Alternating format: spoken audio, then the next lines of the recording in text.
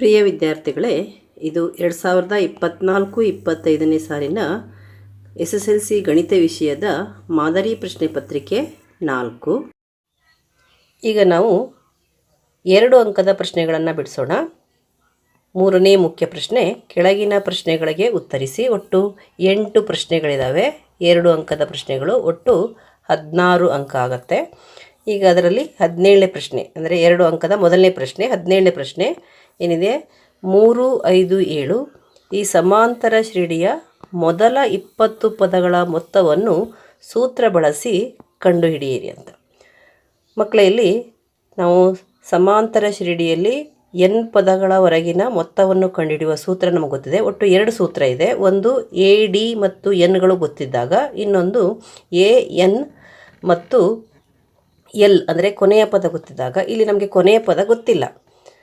ನೀವು ಕೊನೆಯ ಪದವನ್ನು ಕಂಡುಹಿಡ್ಕೊಂಡು n/2 × a + l ಸೂತ್ರವನ್ನು ಉಪಯೋಗಿಸಿ ಕೂಡ ಮಾಡ್ಬೋದು. ಇಲ್ಲ ಅಂತಂದರೆ AD ಮತ್ತು Nಗಳು ಗೊತ್ತಿದ್ದಾಗ, AD ಮತ್ತು Nಗಳು ಗೊತ್ತಿದ್ದಾಗ n/2 × 2a + n - 1 × d ಸೂತ್ರವನ್ನು ಉಪಯೋಗಿಸಿ ಕೂಡ ಮಾಡ್ಬೋದು. ಈಗ ಶ್ರೇಣಿಯನ್ನು ಬರೆಯೋಣ. 3, 5, 7 ಎಲ್ಲಿವರೆಗೆ? 20 ಪದಗಳವರೆಗಿನ ಮೊತ್ತ. 20 ಪದಗಳ ಮೊತ್ತ. ಈಗ ಇಲ್ಲಿ ನಮಗೆ A ಗೊತ್ತಿದೆ, ಮೊದಲನೇ ಪದ, ಅದನ್ನು ಬರೆಯೋಣ. A = ಎಷ್ಟು? 3. ಹಾಗೆ D ಅಂತಂದ್ರೇನು? ಎರಡನೇ ಪದ ಮೈನಸ್ ಒಂದನೇ ಪದ, A2 - A1 ಅಂದರೆ ಏನಾಯಿತು? 5 - 3, A2 - A1 ಏನು? 5 - 3 ಎಷ್ಟು? 2. ಇಲ್ಲಿ ಎಷ್ಟು ಪದಗಳವರೆಗಿನ ಮೊತ್ತ? 20 ಪದಗಳವರೆಗಿನ ಮೊತ್ತ. n = ಎಷ್ಟಾಯಿತು? 20 ಆಯಿತು. ಈಗ ನಾವು SN ಸೂತ್ರವನ್ನು ಬರೆಯೋಣ. SN = ಏನು? n/2 × 2a + n - 1 × d. ಈ ಸೂತ್ರವನ್ನು ನೀವು ನೆನಪಲ್ಲಿಟ್ಕೋಬೇಕು. A, D ಮತ್ತು Nಗಳು ಗೊತ್ತಿದ್ದಾಗ ಉಪಯೋಗಿಸುವಂತಹ ಸೂತ್ರ. ಈಗ ನಾವು ಆಯಾ ಜಾಗದಲ್ಲಿ ಆಯಾ ಬೆಲೆಗಳನ್ನು ಹಾಕೋಣ. n ಜಾಗದಲ್ಲಿ ಎಷ್ಟು ಹಾಕಬೇಕು? ನಾವು 20 ಹಾಕಬೇಕು. n ಜಾಗದಲ್ಲಿ 20 ಬರೆಯೋಣ. ಏನಾಯ್ತದು? 20/2 ಆಯಿತು. ಈಗ 2ಅನ್ನು ಬರೆಯೋಣ. 2a ಇದೆ. 2 × a, ಎನ ಬೆಲೆ 3 ಇದೆ, 3 ಹಾಕೋಣ. 2 × 3. ಆಮೇಲೆ ಪ್ಲಸ್ ಬರೆಯೋಣ. ಪ್ಲಸ್ ಮತ್ತು n ಜಾಗದಲ್ಲಿ 20 ಇದೆ, ಅದನ್ನು ಬರೆಯೋಣ. 20 - 1 ಬರೆಯೋಣ. 1. ಡಿನ ಬೆಲೆ ಎಷ್ಟಿದೆ? 2 ಇದೆ, ಅದನ್ನು ಬರೆಯೋಣ. ಇಲ್ಲಿ 20 2ರಿಂದ ಭಾಗವಾಗುತ್ತೆ. ಯಾಕಂದರೆ 2ರ ಮಧ್ಯೆಯಲ್ಲಿ 20 ಇದೆ. ಅದನ್ನು ನಾವು ಭಾಗಿಸಿ ಕ್ಯಾನ್ಸಲ್ ಮಾಡೋಣ. 2 × 1 = 2, 2 × 10 = 20. ಅದಕ್ಕೆ ಏನು ಬರೆಯೋಣ? ಇಲ್ಲಿ ಎಷ್ಟಾಯಿತು? 10 ಆಯಿತು. ಆಮೇಲೆ ಇಲ್ಲಿ 2 × 3 = 6 ಆಗುತ್ತೆ. ಅದನ್ನು ಗುಣಿಸಿ ಬರೆಯೋಣ. 6 ಪ್ಲಸ್ 20 - 1 19 ಆಗುತ್ತೆ. 19 × 2 38 ಆಗುತ್ತೆ. 38 ಬರೆಯೋಣ. ಅಥವಾ 19 × 2 ಬರೆಯೋಣ. ಮುಂದಿನ ಹಂತದಲ್ಲಿ ಗುಣಿಸಿ ಬರೆಯೋಣ. ಏನಾಯಿತು? 10 ಆಯಿತು. × 6, 6 ಪ್ಲಸ್ 19 × 2 38 ಆಗುತ್ತೆ. 19 × 2 38. ಎಷ್ಟಾಯ್ತು? ಈಗ 10 × 38 + 6 44 ಆಗುತ್ತೆ. ಅದಕ್ಕೆ ನಾವು 44 ಹಾಕೋಣ.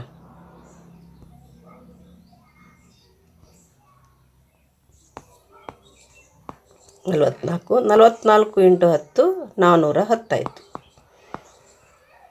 440. 44 × 10 440. ಈಗ 18ನೇ ಪ್ರಶ್ನೆ, ಕೆಳಗಿನ ಜೋಡಿ ರೇಖಾತ್ಮಕ ಸಮೀಕರಣಗಳನ್ನು ಬಿಡಿಸಿ. ಈ ರೇಖಾತ್ಮಕ ಸಮೀಕರಣಗಳ ಜೋಡಿಯನ್ನು ಬಿಡಿಸೋದಕ್ಕೆ ನೀವು 3 ವಿಧಾನ ಇದೆ. ಒಂದು ನಕ್ಷಾ ವಿಧಾನ, ಅದು ನಕ್ಷಾ ವಿಧಾನದಲ್ಲಿ ಬಿಡಿಸೋದಕ್ಕೆ ಅವರು ಪ್ರಶ್ನೆಯನ್ನೇ ಕೊಡ್ತಾರೆ. ಇನ್ನು ಉಳಿದಂಥ 2 ವಿಧಾನ ಆದೇಶ ವಿಧಾನ ಮತ್ತು ವರ್ಜಿಸುವ ವಿಧಾನ. ನಾವು ಇದನ್ನು ಇಲ್ಲಿ ಎಲ್ಲ ಸಹಗುಣಕಗಳು ಸಮನಾಗಿರೋದ್ರಿಂದ ವರ್ಜಿಸುವ ವಿಧಾನವನ್ನು ಮಾಡೋದು ನಮಗೆ ಸುಲಭ ಆಗ್ಬೋದು. ನೀವು ಅದನ್ನು ಉಪಯೋಗಿಸ್ಕೊಂಡು ವರ್ಜಿಸುವ ವಿಧಾನವನ್ನು ಉಪಯೋಗಿಸ್ಕೊಂಡು ಇದನ್ನು ಕೊಟ್ಟಂಥ ಸಮೀಕರಣಗಳನ್ನು ಒಂದರ ಕೆಳಗೊಂದು ಬರ್ಕೊಳ್ಳೋಣ. ಏನಿದೆ ಅದು x ಪ್ಲಸ್ y = 8. ಇನ್ನೊಂದು ಸಮೀಕರಣ x minus y = 2. x minus y = 2. ಮೊದಲನೇ ಸಮೀಕರಣವನ್ನು 1 ಅಂತ ಬರೆಯೋಣ, ಎರಡನೇ ಸಮೀಕರಣವನ್ನು 2 ಅಂತ ಬರೆಯೋಣ. ಇಲ್ಲಿ ನಾವು ಯಾವುದಾದರೂ ಒಂದು ಚರಾಕ್ಷರವನ್ನು y ಅಥವಾ x ಅನ್ನು ವರ್ಜಿಸಬೇಕು. ಇಲ್ಲಿ ಪ್ಲಸ್ y ಮೈನಸ್ y ಇದೆ. ನೀವು yಯನ್ನು ವರ್ಜಿಸೋದಾದರೆ ಮೊದಲನೇ ಸಮೀಕರಣ ಮತ್ತು ಎರಡನೇ ಸಮೀಕರಣವನ್ನು ಕೂಡಿಸ್ಬಿಟ್ರೆ ಆಯಿತು. First plus second. ಎಕ್ಸನ್ನು ವರ್ಜಿಸೋದಾದರೆ ಮೊದಲನೇ ಸಮೀಕರಣ ಮತ್ತು ಎರಡನೇ ಸಮೀಕರಣವನ್ನು ಕ್ಯಾನ್ಸಲ್ ಮಾಡಬೇಕಾದ್ರೆ ನೀವು ಕಳಿಬೇಕಾಗತ್ತೆ. ಮೊದಲನೇ ಸಮೀಕರಣದಿಂದ ಎರಡನೇ ಸಮೀಕರಣವನ್ನು ನಾವಿಲ್ಲಿ ಸುಲಭವಾಗಿ ಇದನ್ನು ಕ್ಯಾನ್ಸಲ್ ಮಾಡ್ಬೋದಲ್ವಾ. ಅದಕ್ಕೆ ನಾವೇನು ಬರೋಣ, 1 + 2 ಅಂತ ಬರೆಯೋಣ. ಈಗ ಇದು ಕ್ಯಾನ್ಸಲ್ ಆದಮೇಲೆ ಉಳಿದಿರೋದನ್ನು ಕೂಡಿಸಿ ಬರೆಯೋಣ. x + x ಏನಾಗುತ್ತೆ, 2x ಆಗುತ್ತೆ. ಅದನ್ನು ಬರೆಯೋಣ. 2x. 8 + 2 10 ಆಗುತ್ತೆ. ಅಂದರೆ ಇಲ್ಲಿ ಪ್ಲಸ್ y ಮೈನಸ್ y ಕೂಡಿಸಿದಾಗ ಕ್ಯಾನ್ಸಲ್ ಆಗುತ್ತೆ. x + x 2x ಆಗುತ್ತೆ. ಮತ್ತು 8 + 2 10 ಆಗುತ್ತೆ. ಈಗ ನಾವು xನ ಬೆಲೆ ಹಾಕೋಣ. x ಏನಾಯಿತು, 10/2 ಆಗುತ್ತೆ. ಅದನ್ನು ಹಾಕೋಣ. 10/2 ಆಯಿತು. ಅಂದರೆ 2 1 2 5 2 5. ಈಗ x ಎಷ್ಟು ಸಿಕ್ತು, x = 5 ಆಯಿತು. ಈಗ ನಾವು y-ನ ಬೆಲೆಯನ್ನು ಕಂಡುಹಿಡ್ಕೋಬೇಕಾದ್ರೆ x-ನ ಬೆಲೆಯನ್ನು ಯಾವುದಾದ್ರೂ ಒಂದು ಸಮೀಕರಣದಲ್ಲಿ ಹಾಕಬೇಕು. ಅದಕ್ಕೆ ಬರೆಯೋಣ. x = 5 ಒಂದನೇ ಸಮೀಕರಣದಲ್ಲಿ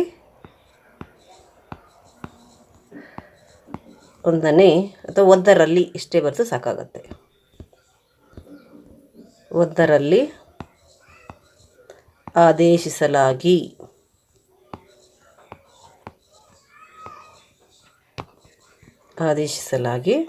ಏನಾಗುತ್ತೆ, ಮೊದಲನೇ ಸಮೀಕರಣವನ್ನು ಬರ್ಕೊಳ್ಳೋಣ. x + y = 8.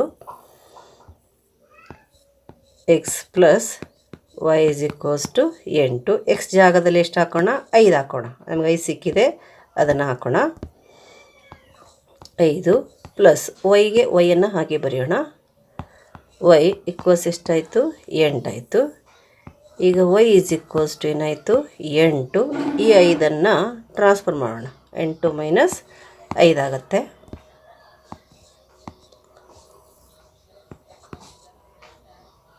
y = 8 - 5. 8ರಲ್ಲಿ 5 ಹೋದರೆ ಎಷ್ಟು, 3 ಬರುತ್ತೆ.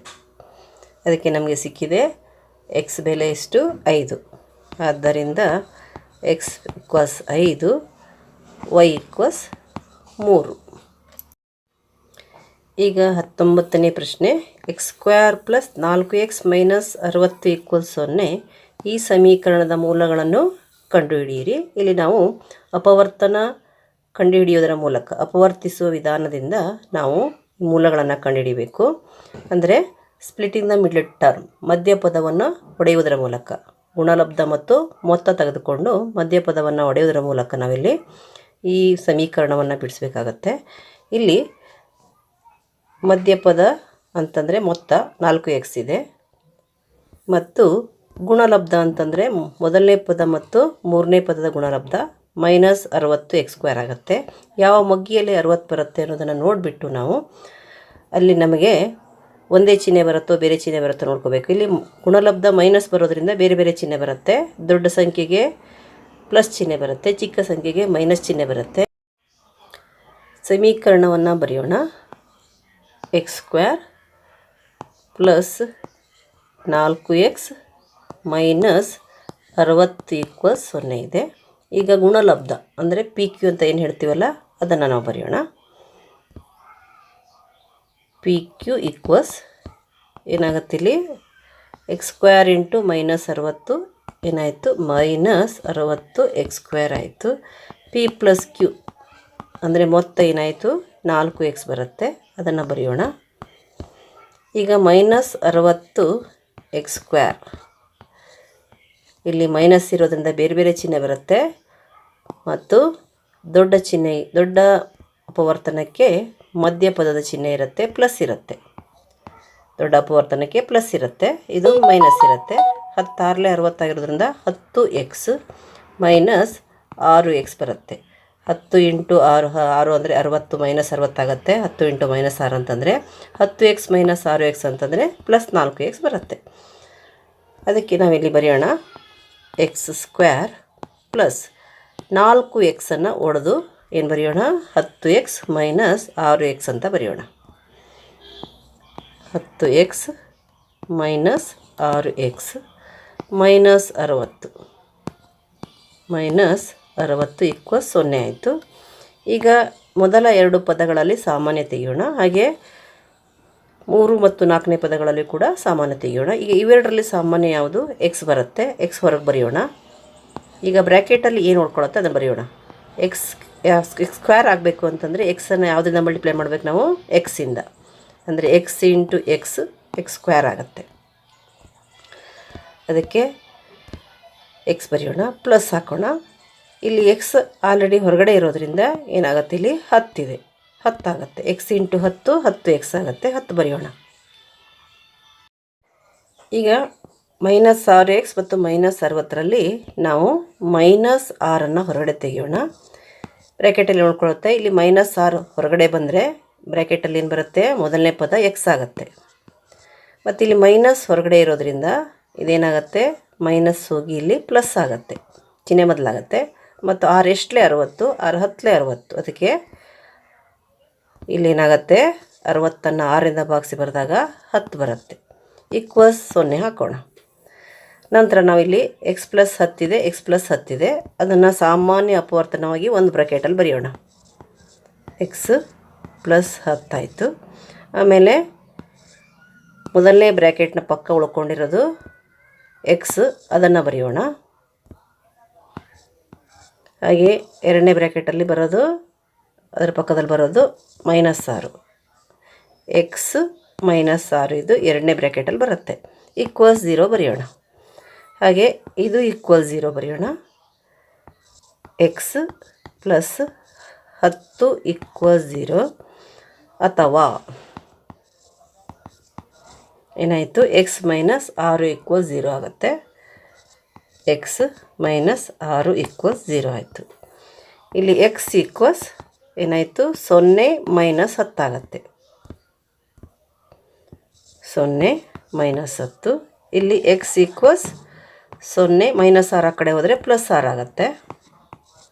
ಈಗೇನು ಬಂತು ಎಕ್ಸ್ ಈಕ್ವಲ್ಸ್ -10, ಎಕ್ಸ್ ಈಕ್ವಲ್ಸ್ 6 ಆಯಿತು. ಈಗ 20ನೇ ಪ್ರಶ್ನೆ. 3, 1 ಮತ್ತು 0x ಬಿಂದುಗಳ ನಡುವೆ ದೂರ 5 ಮಾನಗಳಾದರೆ ಎಕ್ಸ್ನ ಬೆಲೆಯನ್ನು ಕಂಡುಹಿಡಿಯಿರಿ. ಇಲ್ಲಿ ನಾವು ದೂರ ಸೂತ್ರವನ್ನು ಉಪಯೋಗಿಸ್ಬೇಕು. ದೂರ ಕೊಟ್ಟಿದ್ದಾರೆ ಅವರೇನೆ, ಆದರೆ ನಿರ್ದೇಶಾಂಕ ಇಲ್ಲಿ ಇನ್ಕಂಪ್ಲೀಟ್ ಇದೆ. ಒಂದರಲ್ಲಿ ಎಕ್ಸ್ ಜಾಗದಲ್ಲಿ ಏನು ಬರುತ್ತೆ ಅನ್ನೋದನ್ನು ನಾವು ಕಂಡುಹಿಡಿಬೇಕು. ಇಲ್ಲಿ ಕೊಟ್ಟಂತಹ ಬಿಂದುಗಳನ್ನು ಮೊದಲು ಬರ್ಕೊಳ್ಳೋಣ. ಯಾವ ಬಿಂದುಗಳು 3, 1, ಇನ್ನೊಂದು ಬಿಂದು 0x. ಇದು ಮೊದಲನೆಯದನ್ನು ನಾವು ಎ ಬಿಂದು ಅಂತ ತೊಗೊಳ್ಳೋಣ, ಎರಡನೇ ಬಿಂದುವನ್ನು ಬಿ ಬಿಂದು ಅಂತ ತೊಗೊಳ್ಳೋಣ, ಮತ್ತು ಎ ಬಿಂದುವಿನ ನಿರ್ದೇಶಾಂಕ x1 y1, B ಬಿಂದುವಿಂದು x2 y2 ಅಂತ ತೊಗೊಳ್ಳೋಣ. ಇಲ್ಲಿ ದೂರ ಕೊಟ್ಟಿದ್ದಾರೆ, ದೂರ ಎಷ್ಟು 5 ಮಾನಗಳಂತ ಅವ್ರು ಕೊಟ್ಟಿದ್ದಾರೆ. 5 ಮಾನಗಳು. ಈಗ ನಾವು ದೂರ ಸೂತ್ರವನ್ನು ಬರೆಯೋಣ. ಏನದು AB = ಇಲ್ಲಿ ನಾವು ಎಕ್ಸ್ನ ಬೆಲೆಯನ್ನು ಕಂಡುಹಿಡ್ಕೋಬೇಕು. ಅದಕ್ಕೋಸ್ಕರ ದೂರ ಸೂತ್ರವನ್ನೇ ನಾವಿಲ್ಲಿ ಉಪಯೋಗಿಸಬೇಕಾಗಿದೆ. ಏನಾಗುತ್ತದು x2 minus x1 whole square plus y2 minus y1 whole square ಆಗುತ್ತೆ. ಈಕ್ವಲ್ಸ್ ಎಷ್ಟು ಹಾಕಬೇಕು ನಾವು? 5 ಹಾಕೋಣ. ಈಕ್ವಲ್ಸ್ ಎಷ್ಟು? 5. ಈಗ x2 ಜಾಗದಲ್ಲಿ 0, x1 ಜಾಗದಲ್ಲಿ 3, ಅಂದರೆ 0 ಮೈನಸ್ 3 ಆಗುತ್ತೆ. x2 ಮೈನಸ್ x1 ಅಂದರೆ ಏನಾಗುತ್ತೆ? 0 ಮೈನಸ್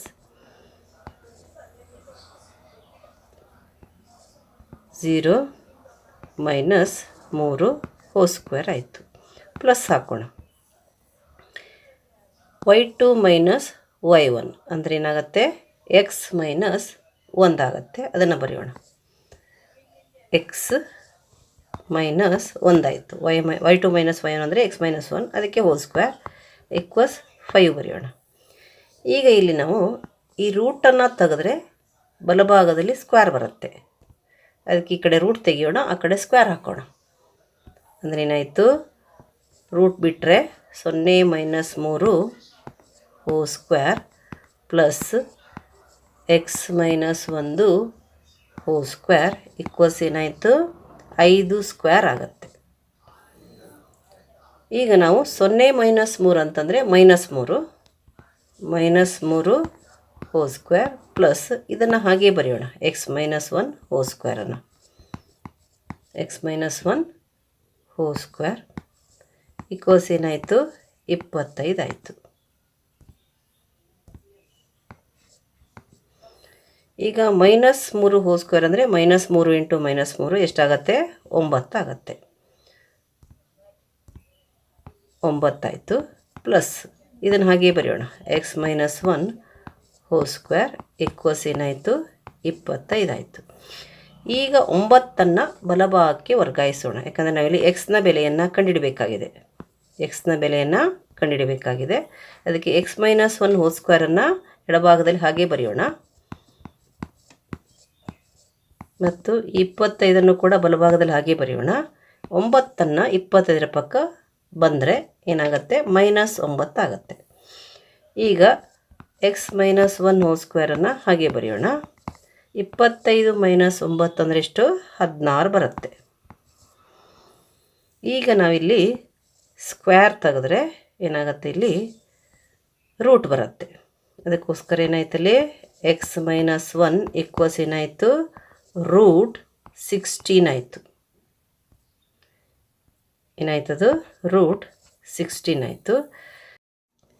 16ಗೆ 2 ಮೂಲಗಳಿರ್ತವೆ, ಒಂದು +4 ಇನ್ನೊಂದು -4. ಅದಕ್ಕೆ ಪ್ಲಸ್ ಅಥವಾ -4 ಅಂತ ಹಾಕೋಣ. ಯಾಕಂದರೆ ನಿಮಗೆ ಗೊತ್ತಿದೆ 4 ಇಂಟು 4 ಅಂದರೂ ಕೂಡ 16, -4 ಇಂಟು -4 ಅಂದರೂ ಕೂಡ 16. ಅದಕ್ಕೆ 2 ಮೂಲಗಳು ಯಾವುದು? +4 ಮತ್ತು -4. ಅದಕ್ಕೆ ಪ್ಲಸ್ ಆರ್ -4 ಅಂತ ಹಾಕೋಣ. ಈಗ x minus 1 is equals to ಮೊದಲು ನಾವು +4 ಹಾಕೋಣ. ಆರ್ ಅಥವಾ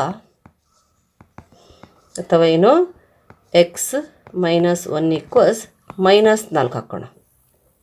ಹಾಗೇನಾಯಿತು? X is equals to 4. ಈ -1 ಬಲಭಾಗಕ್ಕೆ ಬಂದರೆ ಏನಾಯಿತು? +1 ಆಯಿತು. ಅಂದರೆ ಇಲ್ಲಿ ಎಕ್ಸ್ ಈಸ್ ಈಕ್ವಲ್ಸ್ ಟು ಏನಾಯಿತು? 5 ಬಂತು. ಇಲ್ಲಿ ಎಕ್ಸ್ ಈಕ್ವಲ್ಸ್ -4 ಇದೆ. -1ಅನ್ನು ಬಲಭಾಗಕ್ಕೆ ಹೋದರೆ ಏನಾಗಿತ್ತು? +1 ಆಗುತ್ತೆ. ಹಾಗೆ ಎಕ್ಸ್ ಈಕ್ವಲ್ಸ್ ಏನಾಯಿತು? -4 + 1 ಅಂದರೆ 4ರಲ್ಲಿ 1ಅನ್ನು ಕಳೆದ್ರೆ 3 ಆಗುತ್ತೆ. ಚಿಹ್ನೆ ನಾವು 4 ಇಡಬೇಕು, ಯಾಕಂತಂದರೆ ದೊಡ್ಡ ಸಂಖ್ಯೆ 4 ಇದೆ, ಅದಕ್ಕೆ ಮೈನಸ್ ಚಿಹ್ನೆ ಇದೆ. ಎಕ್ಸ್ನ ಬೆಲೆ ಏನು ಸಿಕ್ತು ನಮಗೆ? 5 ಅಥವಾ -3. 5 ಇರ್ಬೋದು ಅಥವಾ -3 ಇರ್ಬೋದು. ಈಗ ಅದೇ ಪ್ರಶ್ನೆಯ ಅಥವಾ ಪ್ರಶ್ನೆ ಏನಿದೆ? ಪ್ರಶ್ನೆ: ಒಂದು ವೃತ್ತವು -7 1 ಬಿಂದುವಿನ ಮೂಲಕ ಹಾದು ಹೋಗುತ್ತಿದ್ದು ಅದರ ಕೇಂದ್ರವು -5 4 ಆಗಿದ್ದರೆ ವೃತ್ತದ ತ್ರಿಜ್ಯವನ್ನು ಕಂಡುಹಿಡಿಯಿರಿ ಅಂತ. ಇಲ್ಲಿ ಅವರು ವೃತ್ತದ ಕೇಂದ್ರದ ನಿರ್ದೇಶಾಂಕಗಳನ್ನು ನೀಡಿದ್ದಾರೆ. ವೃತ್ತ ಕೇಂದ್ರದ ನಿರ್ದೇಶಾಂಕ ಏನಂತ ಕೊಟ್ಟಿದ್ದಾರೆ? -5 4 ಅಂತ ಕೊಟ್ಟಿದ್ದಾರೆ. -5 4. ಹಾಗೆ ವೃತ್ತ ಕೇಂದ್ರ ಮತ್ತು ವೃತ್ತದ ಮೇಲಿನ ಒಂದು ಬಿಂದುವನ್ನು ಕೊಟ್ಟಿದ್ದಾರೆ. ವೃತ್ತ ಕೇಂದ್ರ ಮತ್ತು ವೃತ್ತದ ಮೇಲಿನ ಒಂದು ಬಿಂದು. ವೃತ್ತ ಕೇಂದ್ರದ ನಿರ್ದೇಶಾಂಕಗಳು -5, 4 ಮತ್ತು ವೃತ್ತದ ಮೇಲಿನ ಒಂದು ಬಿಂದುವಿನ ನಿರ್ದೇಶಾಂಕ -7, 1. ನಾವು ಅವೆರಡರ ನಡುವಿನ ಅಂತರವನ್ನು ಕಂಡುಹಿಡಿದ್ರೆ ನಮಗೇನು ಸಿಗುತ್ತೆ? ನಮಗೆ ತ್ರಿಜ್ಯ ಸಿಗುತ್ತೆ. ಅದಕ್ಕೆ ಮೊದಲು ಬರ್ಕೊಳ್ಳೋಣ ಬಿಂದುಗಳನ್ನು. ಯಾವ್ಯಾವುದು? -5, 4 ಮತ್ತು -7, 1. -7, 1 ಮತ್ತು -5, 4. ನಾವು x1 y1 ಅಂತ ತಗೊಳ್ಳೋಣ. ಮೊದಲನೇ ಬಿಂದುಗಳ ಜೋಡಿಯನ್ನು x1 y1, ಎರಡನೇ ಬಿಂದುಗಳ ಜೋಡಿಯನ್ನು x2 y2 ಅಂತ ತಗೊಳ್ಳೋಣ. ಇಲ್ಲಿ ಕೇಂದ್ರ -5, 4 ಬರುತ್ತೆ. ವೃತ್ತದ ಮೇಲಿನ ಒಂದು ಬಿಂದುವನ್ನು ನಾವು P ಅಥವಾ A ಅಂತ ಇಟ್ಕೊಂಡ್ರೆ ಅದು A ಆಗಿರುತ್ತೆ. ಈಗ AO ಅನ್ನು ಕಂಡುಹಿಡಿಯೋಣ. AO ಅಂದರೆ ತ್ರಿಜ್ಯ. ಬರೆಯೋಣ. ತ್ರಿಜ್ಯ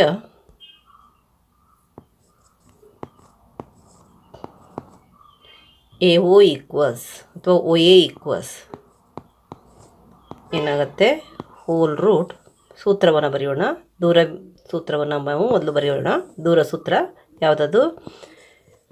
hole root x2 - x1 whole square plus y2 - y1 whole square root ಒಳಗಡೆ. ಈಗ ನಾವು ಬೆಲೆಯನ್ನು ಹಾಕೋಣ. x2 ಏನಿಲ್ಲಿ -5 ಮತ್ತು x1 -7. -5 -5 ಮೈನಸ್ ಆಫ್ -7 ಆಗುತ್ತೆ. ಯಾಕಂತಂದರೆ 7 ಜೊತೆನೂ ಮೈನಸ್ ಇರೋದ್ರಿಂದ ಅದನ್ನು ಬ್ರ್ಯಾಕೆಟ್ನಲ್ಲಿ ಹಾಕಬೇಕಾಗುತ್ತೆ. ಮತ್ತು ಹೋಲ್ ಸ್ಕ್ವೇರ್ ಹಾಕೋಣ. ಮತ್ತು ಈ ಪ್ಲಸ್ಸನ್ನು ಬರೆಯೋಣ. Plus y2 - y1. y2 - y1. y2 ಅಂತಂದರೆ 4, y1 ಅಂತಂದರೆ 1. 4 - 1 ಆಗುತ್ತೆ. y2 - y1 ಅಂತಂದ್ರೇನು? 4 - 1. ಅದಕ್ಕೆ ಹೋಲ್ ಸ್ಕ್ವೇರ್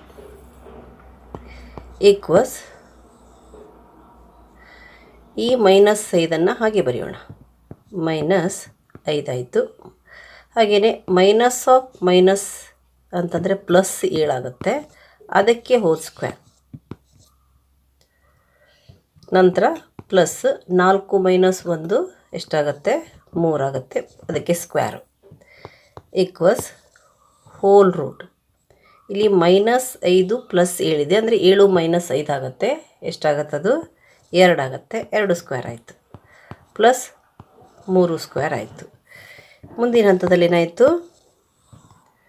2 ಸ್ಕ್ವೇರ್ ಅಂದರೆ 4 ಪ್ಲಸ್ ಹಾಗೆ ಬರೆಯೋಣ.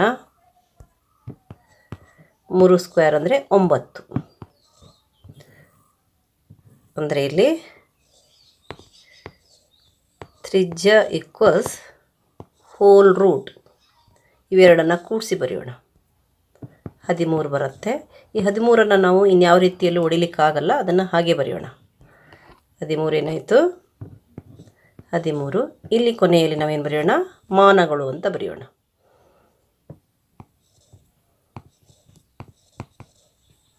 ಅಂದರೆ ತ್ರಿಜ್ಯ ಏನು ಸಿಕ್ತು ನಮಗಿಲ್ಲಿ? √13 ಮಾನಗಳು. ತ್ರಿಜ್ಯ √13 ಮಾನಗಳು ಸಿಕ್ತು. ಇಲ್ಲಿ ಪ್ರಶ್ನೆಯನ್ನು ಅರ್ಥ ಮಾಡಿಕೊಂಡ್ರೆ ಮಾತ್ರ ನಾವು ಮಾಡೋದಕ್ಕಾಗತ್ತೆ. ಅವರು ಒಂದು ಬಿಂದುವಿನ ಮೂಲಕ ವೃತ್ತ ಹಾದು ಹೋಗುತ್ತೆ ಮತ್ತು ಅದರ ಕೇಂದ್ರದ ನಿರ್ದೇಶಾಂಕವನ್ನು ಕೊಟ್ಟಿದ್ದಾರೆ.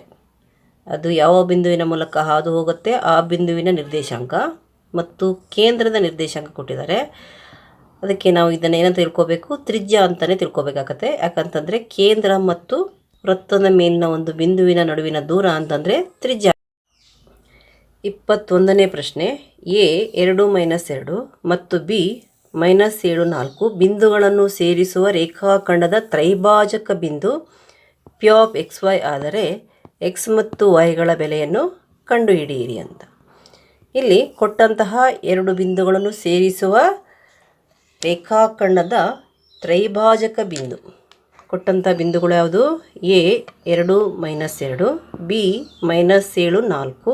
ಆ ಬಿಂದುಗಳನ್ನು ಸೇರಿಸುವ ರೇಖಾಖಂಡದ ತ್ರೈಭಾಜಕ ಅಂದರೆ 3 ಭಾಗಗಳನ್ನು ಮಾಡುವ ಬಿಂದು. 3 ಭಾಗಗಳನ್ನು ಮಾಡುವಂಥ ಬಿಂದು ಅಂತಂದರೆ ಯಾವ ಅನುಪಾತದಲ್ಲಿ ವಿಭಾಗಿಸುತ್ತೆ ಅನ್ನೋದು ಇಲ್ಲಿ ಮುಖ್ಯ. ನೀವು ಎ ಮತ್ತು ಬಿ ಬಿಂದುಗಳನ್ನು ತಗೊಂಡ್ರೆ ತ್ರೈಭಾಜಕ ಬಿಂದು ಇದೇನು ಮಾಡುತ್ತೆ ಅಂತಂದರೆ ರೇಖಾಖಂಡವನ್ನು ಸಮನಾದ 3 ಭಾಗಗಳನ್ನಾಗಿ ಮಾಡುತ್ತೆ. ಅದಕ್ಕೆ ಇಲ್ಲಿ 2 ತ್ರೈಭಾಜಕ ಬಿಂದುಗಳಿರ್ತವೆ, ಪಿ ಮತ್ತು ಕ್ಯೂ.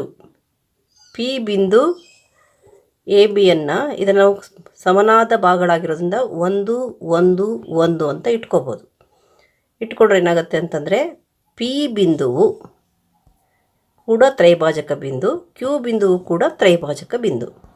ನೀವು ಇಲ್ಲಿ ತ್ರೈಭಾಜಕ ಬಿಂದುವಿನ ನಿರ್ದೇಶಾಂಕಗಳನ್ನು ಕಂಡುಹಿಡಿಯಿರಿ ಅಂತಂದರೆ, ಅಥವಾ ಇಲ್ಲಿ ಪಿ ಆಫ್ ಎಕ್ಸ್ ವೈ ನಲ್ಲಿ ಎಕ್ಸ್ ಮತ್ತು ವೈನ ಬೆಲೆಯನ್ನು ಕಂಡುಹಿಡಿಯಿರಿ ಅಂತಂದರೆ, ಎಕ್ಸ್ ಮತ್ತು ವೈ ಬೆಲೆಯನ್ನು ಕಂಡುಹಿಡಿಯಿರಿ ಅಂತಂದರೆ ಯಾವ ಅನುಪಾತ ತಗೋಬೇಕು ಅನ್ನೋದು ಮುಖ್ಯ. ಇಲ್ಲಿ ಪಿ ಬಿಂದುವು ಎ ಬಿಯನ್ನು ಯಾವ ಅನುಪಾತದಲ್ಲಿ ವಿಭಾಗಿಸುತ್ತೆ ಅಂದರೆ ಇಲ್ಲಿ 1, ಆಮೇಲೆ ಈ ಕಡೆ 1 + 1 ಬರುತ್ತೆ. ಅಂದರೆ 1:1 + 1 ಅಂದರೆ 1:2 ಆಗುತ್ತೆ. ಪಿ ಬಿಂದುವಿಗೆ ಅನುಪಾತ ಏನಾಗುತ್ತೆ? 1:1 + 1 ಅಂದರೆ 1:1 + 1 ಅಂದರೆ ಏನಾಯಿತು? 1:2 ಆಗುತ್ತೆ. ಕ್ಯೂ ಬಿಂದುವಿಗೆ ಏನಾಗುತ್ತೆ ಅಂತಂದರೆ ಇಲ್ಲಿ 1 + 1 ಈ ಕಡೆ ಬರುತ್ತೆ, 1 + 1:1 ಆಗುತ್ತೆ. ಅಂದರೆ 2:1 ಆಗುತ್ತೆ. ಇಲ್ಲಿ ನೀವು ಪಿ ಬಿಂದುವಿನ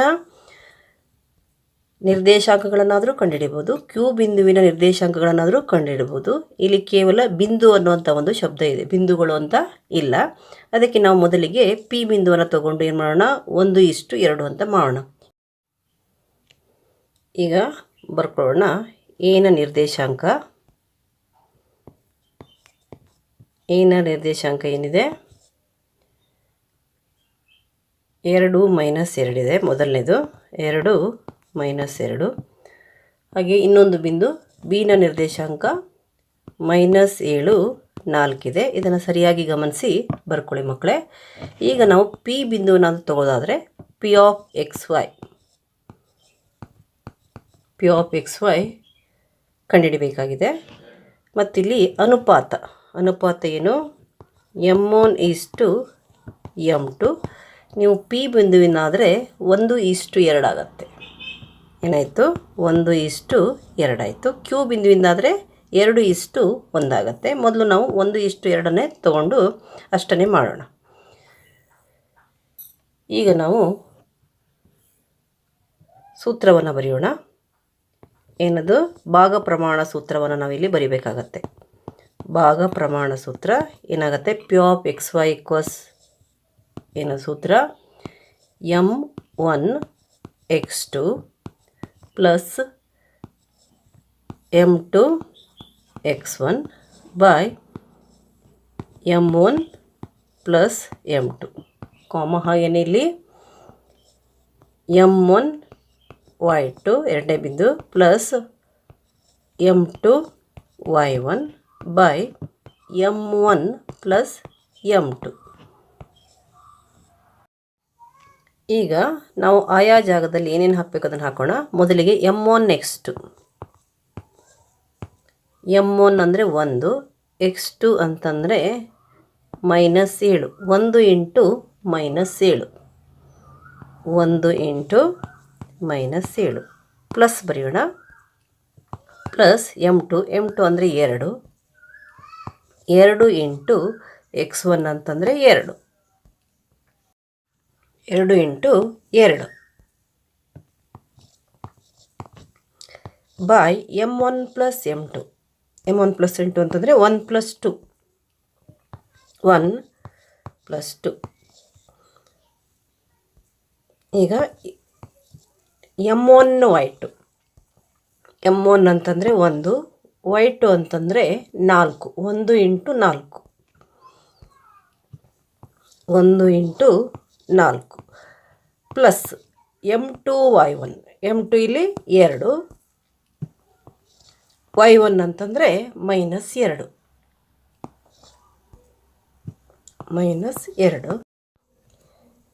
M1 ಪ್ಲಸ್ M2 ಅಂತಂದರೆ 1 ಪ್ಲಸ್ 2 ಈಕ್ವಲ್ಸ್ 1 ಇಂಟು -7 -7 ಆಗುತ್ತೆ. 2 ಇಂಟು 2 4 ಆಗುತ್ತೆ. -7 ಪ್ಲಸ್ 4 ಆಯ್ತು. ಇದು ಬೈ 1 ಪ್ಲಸ್ 2 ಎಷ್ಟಾಯಿತು? 3 ಆಯಿತು. 1 ಪ್ಲಸ್ 2 3. ಹಾಗೇನಿಲ್ಲಿ 1 ಇಂಟು 4 4 ಪ್ಲಸ್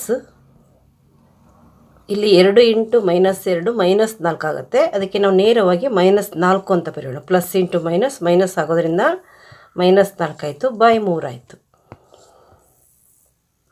ಈಗ ಇಲ್ಲಿ -7 ಪ್ಲಸ್ 4 ಇದೆ. ಅಂದರೆ ಇಲ್ಲಿ ಬೇರೆ ಬೇರೆ ಚಿಹ್ನೆ ಬಂದಿರೋದ್ರೆ ನಾವು ದೊಡ್ಡ ಸಂಖ್ಯೆನೇ ಸಣ್ಣ ಸಂಖ್ಯೆನೇ ಕಳಿಬೇಕು. 7ರಲ್ಲಿ 4 ಕಳಿಬೇಕು, ದೊಡ್ಡ ಸಂಖ್ಯೆ ಚಿಹ್ನೆ ಹಾಕಬೇಕು. 7ರಲ್ಲಿ 4 ಹೋದರೆ ಎಷ್ಟು? 3. ಅದರ ಚಿಹ್ನೆ ಯಾವ್ದು ಹಾಕಬೇಕು? ನಾವು ದೊಡ್ಡ ಸಂಖ್ಯೆ -7 ಹಾಕಬೇಕಾಗುತ್ತೆ. -3 ಬೈ 3 ಆಯಿತು. ಇಲ್ಲಿ 4 - 4 0 ಆಗುತ್ತೆ. ಇದು 0 ಬೈ 3 ಆಗುತ್ತೆ. ಹಾಗೆ ಇಲ್ಲಿ 3 1 3 -1 ಬರುತ್ತೆ. -1 0 ಬೈ 3 0 ಬರುತ್ತೆ. ಅದಕ್ಕೆ ಇಲ್ಲಿ P ಆಫ್ XY ಏನು ಬಂತು? -1 0. ಇದು ತ್ರೈಭಾಜಕ ಬಿಂದುವಿನ ನಿರ್ದೇಶಾಂಕ ಆಗುತ್ತೆ. ನೀವು ಕ್ಯೂ ಬಿಂದುವನ್ನು ಕೂಡ ಕಂಡುಹಿಡಿಬೋದು. ಕ್ಯೂ ಬಿಂದುವಿನ ನಿರ್ದೇಶಾಂಕವನ್ನು ಕೂಡ ಕಂಡುಹಿಡಿಬೋದು. ಯಾವ ಅನುಪಾತವನ್ನು ಉಪಯೋಗಿಸಬೇಕು? 2:1. ಈಗ 22ನೇ ಪ್ರಶ್ನೆ. ಚಿತ್ರದಲ್ಲಿ ಕೊಸೆಕ್ ತೀಟಾ ಮತ್ತು ಟ್ಯಾನ್ ತೀಟಾಗಳ ಬೆಲೆಗಳನ್ನು ಕಂಡುಹಿಡಿಯಿರಿ. ಕೊಸೆಕ್ ತೀಟಾ ಮತ್ತು ಟ್ಯಾನ್ ತೀಟಾಗಳ ಬೆಲೆ ಕಂಡುಹಿಡಿಯಿರಿ. ಇಲ್ಲಿ ನಮಗೆ ಕೊಸೆಕ್ ತೀಟಾ ಅಂತಂದರೆ ನಮಗೆ ಗೊತ್ತಿದೆ ಸೈನ್ ಇದರ ವ್ಯುತ್ಕ್ರಮ. ಸೈನ್ ಅಂತಂದರೆ ಏನಾಗುತ್ತೆ? ಅಭಿಮುಖ ಬಾಹು ಬಾಯ್ ವಿಕರ್ಣ ಆಗುತ್ತೆ. ಕೊಸೆಕ್ ಅಂತಂದರೆ ವಿಕರ್ಣ ಬಾಯ್ ಅಭಿಮುಖ ಬಾಹು ಆಗುತ್ತೆ. ಇಲ್ಲಿ ನಾವು ತೀಟಕ್ಕೆ ಅಭಿಮುಖ ಬಾಹು ಇದೆ ಮತ್ತು ವಿಕರ್ಣ ಇದೆ, ನೇರವಾಗಿ ಕಂಡುಹಿಡಿಬೋದು ಇದನ್ನು. ಆದರೆ ಇಲ್ಲಿ ಟ್ಯಾನ್ ತೀಟಕ್ಕೆ ನಮಗೆ ಏನು ಬೇಕು? ಟ್ಯಾನ್ ತೀಟಾ ಅಂತಂದರೆ ಅಭಿಮುಖ ಬಾಹು ಬಾಯ್ ಏನಾಗುತ್ತೆ? ಪಾರ್ಶ್ವಬಾಹು ಆಗುತ್ತೆ. ಟ್ಯಾನ್ ತೀಟಾ ಅಂದ್ರೇನು? ಅಭಿಮುಖ ಬಾಹು ಬಾಯ್ ಪಾರ್ಶ್ವಬಾಹು. ಬಾಯ್ ಬಾ ಆಗುತ್ತೆ. ಇಲ್ಲಿ ಬಾ ಅಂದರೆ ಪಾರ್ಶ್ವಬಾಹು ನಮಗೆ ಗೊತ್ತಿಲ್ಲ. ನಾವು ಪಾರ್ಶ್ವಬಾಹುವನ್ನು ಕಂಡುಹಿಡ್ಕೊಳ್ದೇನೆ ಟ್ಯಾನ್ ತೀಟಾವನ್ನು ಕಂಡುಹಿಡ್ಲಿಕ್ಕೆ ಆಗಲ್ಲ. ಅದಕ್ಕೋಸ್ಕರ ಏನು ಮಾಡೋಣ? ನಾವು ಇಲ್ಲಿ ಪೈಥಾಗೋರಸ್ ಪ್ರಮೇಯವನ್ನು ಉಪಯೋಗಿಸ್ಕೊಂಡು BCಯನ್ನು ಕಂಡುಹಿಡಿಯೋಣ. ಪೈಥಾಗೋರಸ್ ಪ್ರಮೇಯದ ಪ್ರಕಾರ ಏನಾಗುತ್ತೆ? ವಿಕರ್ಣದ ಮೇಲಿನ ವರ್ಗವು ಅಂದರೆ AC² ಈಕ್ವಲ್ಸ್ ಉಳಿದೆರಡು ಬಾಹುಗಳ ಮೇಲಿನ ವರ್ಗಗಳ ಮೊತ್ತಕ್ಕೆ ಸಮನಾಗಿರುವುದು. ಅಂದರೆ AB² ಮತ್ತು BC²ಗಳ ಮೊತ್ತಕ್ಕೆ AC² equals AB² plus BC² ಆಗುತ್ತೆ. ಅದಕ್ಕೋಸ್ಕರ ನಾವೇನು ಮಾಡ್ಬೋದು? ಪೈಥಾಗೋರಸ್ ಪ್ರಮೇಯವನ್ನು ಉಪಯೋಗಿಸ್ಕೊಂಡು BCಯನ್ನು ಕಂಡುಹಿಡಿಬೋದು. ನಾವು ABC ಲಂಬಕೋನ ತ್ರಿಭುಜವನ್ನು ಬಿಡಿಸ್ಕೊಂಡು ಅದರಲ್ಲಿ ಕೊಟ್ಟಂತಹ ಬಾಹುಗಳ ಅಳತೆಯನ್ನು ಬರ್ಕೊಳ್ಳೋಣ. AC ಎಷ್ಟಿದೆ? 10 ಇದೆ ಮತ್ತು AB 6 ಇದೆ. ನಾವು BCಯನ್ನು ಮೊದಲು ಕಂಡುಹಿಡ್ಕೊಳ್ಳೋಣ. ಪೈಥಾಗೋರಸ್ ಪ್ರಮೇಯವನ್ನು ಬರೆಯೋಣ. ಲಂಬಕೋನ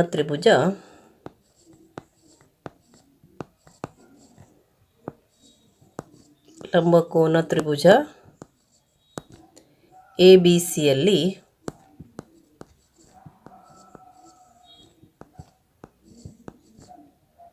ಪೈಥಾಗೋರಸ್ ಪ್ರಮೇಯವನ್ನು ಬರೆಯೋಣ. ಇಲ್ಲಿ AC² ಈಕ್ವಲ್ಸ್ ಏನಾಗುತ್ತೆ? AB² ಪ್ಲಸ್ BC² ಆಗುತ್ತೆ. ನಾವು ಎಡಭಾಗದಲ್ಲಿ BC² ಬರೋ ಹಾಗೆ ಬರ್ಕೊಂಡ್ರೆ ನಮ್ಗೆ ಅನುಕೂಲ ಆಗುತ್ತೆ. ಅದಕ್ಕೆ ನಾವೇನು ಬರೆಯೋಣ? AB² plus BC² is equals to AC² ಅಂತ ಬರೆಯೋಣ. ಇಲ್ಲಿ AB ಎಷ್ಟಿದೆ? 6 ಇದೆ. ಅದನ್ನೇನು ಬರೆಯೋಣ? 6² ಬರೆಯೋಣ. ಪ್ಲಸ್ ಬಿ ಸಿ ಗೊತ್ತಿಲ್ಲ ನಮಗೆ, ಬಿ ಸಿಯನ್ನು ಕಂಡುಹಿಡ್ಕೋಬೇಕು. ಅದಕ್ಕೆ ಬಿ ಸಿಯನ್ನು ಹಾಗೆ ಬರೆಯೋಣ. B C square equals A ಸಿಯ ಬೆಲೆ ಗೊತ್ತಿದೆ ಎಷ್ಟು, 10 ಸ್ಕ್ವೇರ್ ಆಗುತ್ತೆ. ಎ ಸಿ ಸ್ಕ್ವೇರ್ ಅಂದರೆ 10 ಸ್ಕ್ವೇರ್ ಆಗುತ್ತೆ. ಈಗ 6 ಸ್ಕ್ವೇರ್, 6 ಸ್ಕ್ವೇರ್ ಅಂದರೆ 6 ಇಂಟು 6 ಅಂದರೆ 6 ಇಂಟು 6 ಎಷ್ಟಾಗುತ್ತೆ, 6 ಇಂಟು 6 36 ಆಗುತ್ತೆ. ಪ್ಲಸ್ ಬಿ ಸಿ ಸ್ಕ್ವೇರನ್ನು ಹಾಗೆ ಬರೆಯೋಣ. B C square equals 10 square ಅಂದರೆ 10 ಇಂಟು 10 ಎಷ್ಟದು, 100. ಈಗ ಬಿ ಸಿ ಸ್ಕ್ವೇರ್ ಈಕ್ವಲ್ಸ್ ಎಡಭಾಗದಲ್ಲಿ ಇಟ್ಟುಕೊಂಡು ನಾವು 36ಅನ್ನು ಬಲಭಾಗಕ್ಕೆ ವರ್ಗಾಯಿಸೋಣ. ಅಂದರೆ ಎಡಭಾಗದಲ್ಲಿ ಬಿ ಸಿ ಸ್ಕ್ವೇರ್ ಮಾತ್ರ ಬರೆಯೋಣ, ಆಮೇಲೆ ಈಕ್ವಲ್ಸ್ ಹಾಕೋಣ. 100 36 ಬಲಭಾಗಕ್ಕೆ ಬಂದಾಗ -36 ಆಗುತ್ತೆ. ಯಾಕಂತಂದರೆ ನಾವು ಬಿ ಸಿಯನ್ನು ಕಂಡುಹಿಡ್ಕೋಬೇಕಾದ್ರೆ ಎಡಭಾಗದಲ್ಲಿ ಬಿ ಸಿ ಮಾತ್ರ ಇರಬೇಕು, ಅದರ ಜೊತೆ ಇರುವಂಥದ್ದೆಲ್ಲ ಬಲಭಾಗಕ್ಕೆ ವರ್ಗಾವಣೆ ಆಗಬೇಕು. ನಂತರ ಏನಾಯ್ತಲ್ಲಿ, ಬಿ ಸಿ ಸ್ಕ್ವೇರ್ ಈಕ್ವಲ್ಸ್ 100 - 36. 100 - 36ಅಲ್ಲಿ ಎಷ್ಟು ಬರುತ್ತೆ, 100ರಲ್ಲಿ 36 ಹೋದರೆ 10ರಲ್ಲಿ 6 ಹೋದರೆ 4, ಇಲ್ಲಿ 9 ಉಳ್ಕೊಳ್ಳುತ್ತೆ. 9ರಲ್ಲಿ 3 ಹೋದರೆ 6, ಅಂದರೆ ಏನು ಬಂತು ಇಲ್ಲಿ 64 ಬಂತು. ಅಂದರೆ ಬಿ ಸಿ ಅಂತಂದರೆ ಏನಾಗುತ್ತೆ, ಇಲ್ಲಿ ಸ್ಕ್ವೇರ್ ಹೋಯಿತು ಅಂತಂದರೆ ಬಲಭಾಗದಲ್ಲಿ ರೂಟ್ ಬರುತ್ತೆ. ಎಡಭಾಗದಲ್ಲಿ ಸ್ಕ್ವೇರ್ ಹೋದರೆ ಬಲಭಾಗದಲ್ಲಿ ಏನು ಬರುತ್ತೆ, ರೂಟ್ ಬರುತ್ತೆ. ಎಷ್ಟು ಬಂತು, ರೂಟ್ 64 ಆಯಿತು. ರೂಟ್ 64 ಆಯಿತು. ರೂಟ್ 64 ಅಂದರೆ ಎಷ್ಟು ಅಂತ ನಿಮಗೆ ಗೊತ್ತಿರಬೇಕು. 64 ಇದು ಯಾವುದರ ವರ್ಗ, 8ರ ವರ್ಗ. ಅದಕ್ಕೆ ಏನಾಯಿತು, ಬಿ ಸಿ ಈಕ್ವಲ್ಸ್ ಏನಾಯಿತು, 8 ಆಯಿತು. ಇಲ್ಲಿ ನಮಗೆ ಏನು ಸಿಕ್ತು, ಬಿ ಸಿ ಅಳತೆ ಸಿಕ್ತು. ಈಗ ನಮಗೆ ಬಿ ಸಿ ಸಿಕ್ತು. ಬಿ ಸಿ ಎಷ್ಟಿಲ್ಲಿ 8, ಬಿ ಸಿ 8. ಇಲ್ಲಿ ತೀಟ ಯಾವುದು ಕೊಟ್ಟಿದ್ದಾರೆ ಅವರು, ಕೋನ ಸಿಗೆ ತೀಟ ಹಾಕಿದ್ದಾರೆ. ನಾವು ಕಂಡುಹಿಡಿಬೇಕಾಗಿದ್ದು ಮೊದಲನೇದು ಕೊಸೆಕ್ಕು, ಎರಡನೇದು ಟ್ಯಾನ್. ಬರೆಯೋಣ. ಮೊದಲನೇದು cosec theta. Cosec theta. Cosec theta ಅಂತಂದರೆ ಮೇಲ್ಗಡೆ ವಿಕರ್ಣ ಬರುತ್ತೆ, ಕೆಳಗಡೆ ಅಭಿಮುಖ ಬಾವು ಬರುತ್ತೆ. ನಿಮ್ಗೆ ಗೊತ್ತಿದೆ ಸೈನ್ ತೀಟಾದ ವಿಲೋಮ ಅಥವಾ ವ್ಯುತ್ಕ್ರಮ ಕೊಸೆಕ್ಕು. ಸೈನ್ ತೀಟದಲ್ಲಿ ಮೇಲ್ಗಡೆ ಅಭಿಮುಖ ಬಾವು ಬರುತ್ತೆ, ಕೆಳಗಡೆ ವಿಕರ್ಣ ಬರುತ್ತೆ. ಇಲ್ಲಿ ವಿಕರ್ಣ ಬಾಯ್ ಯಾವುದು, ಅಭಿಮುಖ ಬಾವು. ನಾವು ಬಾ ಅಂತ ಬರೆಯೋಣ. ವಿಕರ್ಣ ಬಾಯ್ ಅಭಿಮುಖ ಬಾವು. ವಿಕರ್ಣದ ಅಳತೆ ಎಷ್ಟಿದೆ, ವಿಕರ್ಣ ಯಾವುದಿಲ್ಲಿ, ಎ ಸಿ. ಎ ಸಿ ಇದು ವಿಕರ್ಣ, ಲಂಬಕೋನಕ್ಕೆ ಎದುರಾಗಿರುವಂತಹ ಬಾವು ವಿಕರ್ಣ. ಎ ಸಿ ಇದು ಲಂಬಕೋನಕ್ಕೆ ಎದುರಾಗಿದೆ, ಲಂಬಕೋನಕ್ಕೆ ಎದುರಾಗಿರುವ ಬಾವು ವಿಕರ್ಣ. ಅದಕ್ಕೆ ಎ ಸಿ ಬರೆಯೋಣ. ಎ ಸಿ ಬೈ ಅಭಿಮುಖ ಬಾವು ಯಾವುದಿಲ್ಲಿ, ಅಭಿಮುಖ ಬಾವು ಎ ಬಿ. ತೀಟಾಕ್ಕೆ ಅಭಿಮುಖ ಬಾವು, ಲಂಬಕೋನಕ್ಕೆ ಅಭಿಮುಖ ಬಾವು ವಿಕರ್ಣ, ತೀಟಾಕ್ಕೆ ಅಭಿಮುಖ ಬಾವು ಎ ಬಿಯಲ್ಲಿ. ಅದನ್ನು ನಾವು ಬರೆಯೋಣ, ಎ ಬಿ. ಈಗ ಎ ಸಿಯ ಅಳತೆ ಬರೆಯೋಣ. ಎ ಸಿಯ ಅಳತೆ ಎಷ್ಟು, 10 ಬೈ ಎ ಬಿಯ ಅಳತೆ. ಎ ಬಿಯ ಅಳತೆ ಎಷ್ಟಿದೆ ಇಲ್ಲಿ, 6 ಇದೆ. 10 ಬೈ 6. ಈಗ ಇವೆರಡು 2ರ ಮಗ್ಗಿಯಲ್ಲಿದೆ, 6 ಮತ್ತು 10. ಅದಕ್ಕೆ 2 3 6, 2 5 10 ಈಕ್ವಲ್ಸ್ ಏನು ಬಂತು, 5 ಬೈ 3 ಬಂತು. ಅಂದರೆ ಕೊಸೆಕ್ ತೀಟ ಏನಾಯಿತು, 5 ಬೈ 3 ಬಂತು. ಈಗ ಎರಡನೇದು ನಾವೇನು ಮಾಡಬೇಕು, ಟ್ಯಾನ್ ತೀಟ ಕಂಡುಹಿಡಿಬೇಕು. ಬರೆಯೋಣ. Tan theta. ಟ್ಯಾನ್ ತೀಟ ಅಂತಂದರೆ ನಮಗೆ ಗೊತ್ತಿದೆ ಅಭಿಮುಖ ಬಾಹು ಬೈ ಪಾರ್ಶ್ವ ಬಾಹು. ಅದಕ್ಕೆ ನಾವು ಬರೆಯೋಣ ಇಲ್ಲಿ ಬಾ ಬೈ ಪಾ ಬಾ. ಬಾ ಅಂತಂದರೆ ಅಭಿಮುಖ ಬಾಹು, ಪಾ ಬಾ ಅಂತಂದರೆ ಪಾರ್ಶ್ವ ಬಾಹು. ಅಭಿಮುಖ ಬಾಹು ತೀಟಕ್ಕೆ ಅಭಿಮುಖ ಬಾಹು ಯಾವುದಾಗತ್ತೆ, ಎ ಬಿ ಆಗತ್ತೆ. ಎ ಬಿ ಬರೆಯೋಣ. ಪಾರ್ಶ್ವಬಾಹು ಅದಕ್ಕೆ ಅಂಟಿಕೊಂಡಿರೋದು ಬಿ ಸಿ ಆಗುತ್ತೆ. ಬಿ ಸಿ ಬರೆಯೋಣ. ಎ ಬಿಯ ಅಳತೆ, ಎ ಬಿಯ ಅಳತೆ ಎಷ್ಟು, 6 ಇದೆ, 6 ಬರೆಯೋಣ. 6. ಬಿ ಸಿ ಅಳತೆ 8 ಇದೆ, 8 ಬರೆಯೋಣ. 6 ಬೈ 8 ಆಯಿತು. ಪುನಃ ಈ 6 ಮತ್ತು 8 2ರ ಮಗ್ಗಿಯಲ್ಲಿದೆ, ಕ್ಯಾನ್ಸಲ್ ಮಾಡೋಣ. 2 8, 2 4, ಮತ್ತು 2/3 ಏನು ಬಂತು ನಮಗೆ 3/4 ಬಂತು. ಟ್ಯಾನ್ ತೀಟಾ ಅಂದರೆ ಏನಾಯಿತು 3/4 ಆಯಿತು. ಪ್ರಶ್ನೆ ಏನದು ಅಥವಾ ಪ್ರಶ್ನೆ, ತ್ರಿಭುಜ ಎ ಬಿ ಸಿಯಲ್ಲಿ ಕೋನ ಬಿ 90 ಡಿಗ್ರಿ ಆದರೆ 2 sin A × cos A = 1 ಎಂದು ಸಾಧಿಸಿ. ನಮಗೆ ಇಲ್ಲಿ sin A ಮತ್ತು cos A ಬೇಕಾಗಿದೆ. ಅವುಗಳನ್ನು ಕಂಡುಕೊಂಡ್ರೆ ನಾವು 2 sin A × cos A = ಏನು ಅಂತ ತಿಳ್ಕೊಬೋದು. ಈಗ ಇಲ್ಲಿ ನಮಗೆ sin A ಮತ್ತು cos Aಗೆ ವಿಕರ್ಣ ಬೇಕಾಗಿದೆ. ಯಾಕಂತಂದರೆ sin A ಅಂದರೆ ಏನು, ಅಭಿಮುಖ ಬಾಹು ಬೈ ವಿಕರ್ಣ. cos A ಅಂತಂದರೆ ಪಾರ್ಶ್ವ ಬಾಹು ಬೈ ವಿಕರ್ಣ ಆಗುತ್ತೆ. ಇಲ್ಲಿ A ಕೋನಕ್ಕೆ ನಮಗೆ ಅಭಿಮುಖ ಬಾಹು ಇದೆ, ಪಾರ್ಶ್ವ ಬಾಹು ಇದೆ. ಆದರೆ ಈ ತ್ರಿಭುಜದ ವಿಕರ್ಣವನ್ನು ಅವರು ಕೊಟ್ಟಿಲ್ಲ. ಅದಕ್ಕೆ ನಾವು ಮೊದಲಿಗೆ ಏನು ಮಾಡಬೇಕು, ವಿಕರ್ಣವನ್ನು ಕಂಡುಹಿಡ್ಕೋಬೇಕು ಪೈಥಾಗೊರಸ್ ಪ್ರಮೇಯವನ್ನು ಉಪಯೋಗಿಸ್ಕೊಂಡು. ಈಗ ಬರೆಯೋಣ. ಲಂಬಕೋನ ತ್ರಿಭುಜ ಎ ಬಿ ಸಿಯಲ್ಲಿ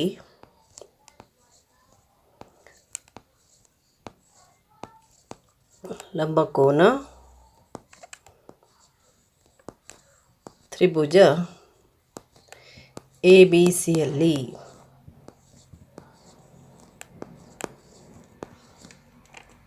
ಇಲ್ಲಿ ಲಂಬಕೋನ ಯಾವುದು, ಕೋನ ಬಿ. ನಾವು ಪೈಥಾಗೊರಸ್ ಪ್ರಮೇಯದ ಪ್ರಕಾರ ಏನು, ವಿಕರ್ಣದ ಮೇಲಿನ ವರ್ಗವು ಉಳಿದೆರಡು ಬಾಹುಗಳ ಮೇಲಿನ ವರ್ಗಗಳ ಮೊತ್ತಕ್ಕೆ ಸಮನಾಗಿರುವುದು. ಅದಕ್ಕೆ ಇಲ್ಲಿ ವಿಕರ್ಣ ಬೇಕಾಗಿರೋದ್ರಿಂದ ನಾವು AC² ಬರೆಯೋಣ. AC² ಏನು AB² + BC². ಇಲ್ಲಿ ವಿಕರ್ಣ AC ಅದರ ಮೇಲಿನ ಸ್ಕ್ವೇರು ಈಕ್ವಲ್ಸ್ ಏನು AB² + BC² ಆಗುತ್ತೆ. ಈಕ್ವಲ್ಸ್ ಏನಾಯಿತು, AC² = AB ಅಂದರೆ 1 ಇದೆ, 1 ಸ್ಕ್ವೇರ್ ಹಾಕೋಣ, 1 ಸ್ಕ್ವೇರ್. BC ಅಂದರೂ ಕೂಡ 1 ಇದೆ, 1 ಸ್ಕ್ವೇರ್ ಹಾಕೋಣ, 1 ಸ್ಕ್ವೇರ್ + 1 ಸ್ಕ್ವೇರ್ ಆಗುತ್ತೆ. ಇದು 1 ಸ್ಕ್ವೇರ್ + 1 ಸ್ಕ್ವೇರ್ ಅಂದರೆ AC² = ಏನಾಯಿತು, 1 ಸ್ಕ್ವೇರ್ ಅಂದರೆ 1, ಇದು ಕೂಡ 1 ಸ್ಕ್ವೇರ್ ಅಂದರೆ 1, 1 + 1 ಆಯಿತು, 1 + 1 ಆಯಿತು. ನಂತರ AC² = 1 + 1 ಎಷ್ಟಾಯಿತು, 2. ಇಲ್ಲಿ AC ಬೇಕು ನಮಗೆ. AC ಅಂತಂದರೆ ಸ್ಕ್ವೇರ್ ಹೋಗಬೇಕು, ಅಲ್ಲಿ ಸ್ಕ್ವೇರ್ ಹೋದರೆ ಇಲ್ಲಿದಕ್ಕೆ ರೂಟ್ ಬರುತ್ತೆ. ಅದಕ್ಕೆ ನಾವಿಲ್ಲಿ ACಗೆ ಸ್ಕ್ವೇರ್ ತೆಗೆಯೋಣ. AC = ಏನಾಯಿತು, √2 ಆಯಿತು. AC = ಏನಾಯಿತು, √2 ಆಯಿತು.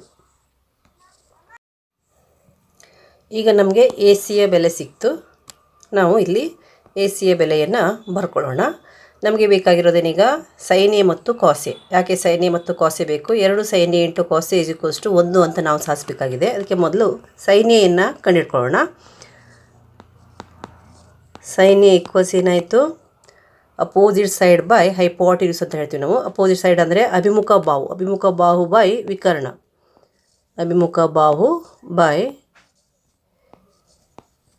ವಿಕರ್ಣ. ಇಲ್ಲಿ ಯಾವ ಕೋನಕ್ಕೆ ಅಭಿಮುಖ ಬಾಹು, ಎ ಕೋನಕ್ಕೆ. ಅಂದರೆ ಇಲ್ಲಿ ಎ ಕೋನಕ್ಕೆ ಅಭಿಮುಖ ಬಾಹು ಯಾವುದು, BC ಆಗುತ್ತೆ. ಕೋನ ಎಗೆ ಅಭಿಮುಖ ಬಾಹು BC ಆಗುತ್ತೆ. BC ಬರೆಯೋಣ. BC ಮತ್ತು ವಿಕರ್ಣ ಯಾವಾಗಲೂ ಲಂಬಕೋನಕ್ಕೆ ಅಭಿಮುಖವಾಗಿರುವಂಥ ಬಾಹು ಯಾವುದದು, AC. ಈಗ BCಯ ಅಳತೆ ಎಷ್ಟಿದೆ, BCಯ ಅಳತೆ 1 ಇದೆ, ಅದನ್ನು ಬರೆಯೋಣ. 1 ಮತ್ತು AC ಅಳತೆ ಎಷ್ಟಿದೆ, √2 ಇದೆ. AC ಅಳತೆ √2 ಇದೆ, ಅದನ್ನು ಬರೆಯೋಣ. √2 ಆಯಿತು. ಈಗ ಮತ್ತೆ ನಮಗೇನು ಬೇಕು, cos A ಬೇಕು, ಅದನ್ನು ಬರೆಯೋಣ, ಅದನ್ನು ಕಂಡುಹಿಡ್ಕೊಳ್ಳೋಣ. cos A ಅಂತಂದರೆ ಏನಾಗುತ್ತೆ, ಇಲ್ಲಿ ವಿಕರ್ಣ ಇದ್ದೇ ಇರುತ್ತೆ ಛೇದದಲ್ಲಿ. ಇಲ್ಲಿ ಅಭಿಮುಖ ಬಾಹು ಅಲ್ಲ, ಕಾಸಿಗೆ ಯಾವುದು, ಪಾರ್ಶ್ವ ಬಾಹು ಅಂತಂದರೆ ಅದಕ್ಕೆ ಅಂಟಿಕೊಂಡಿರುವಂಥ ಬಾಹು, ಇದು ಪಕ್ಕಕ್ಕೆ ಇರೋದು ಎ ಕೋನವನ್ನು ಉಂಟು ಮಾಡಿರುವಂತಹ ಬಾಹು. ವಿಕರ್ಣ ಬಿಟ್ಟರೆ ಇನ್ನೊಂದೇನಾಗಿರುತ್ತೆ, ಪಾರ್ಶ್ವ ಬಾಹು ಆಗಿರುತ್ತೆ. ನಾವು ಬರೆಯೋಣ ಪಾರ್ಶ್ವ ಬಾಹು ಬೈ ವಿಕರ್ಣ. ಪಾರ್ಶ್ವ ಬಾಹು ಯಾವುದು, ಪಾರ್ಶ್ವ ಬಾಹು AB, ಅದನ್ನು ಬರೆಯೋಣ. AB ಪುನಃ ವಿಕರ್ಣ AC. AB ಅಳತೆ 1 ಇದೆ, ಅದನ್ನು ಬರೆಯೋಣ.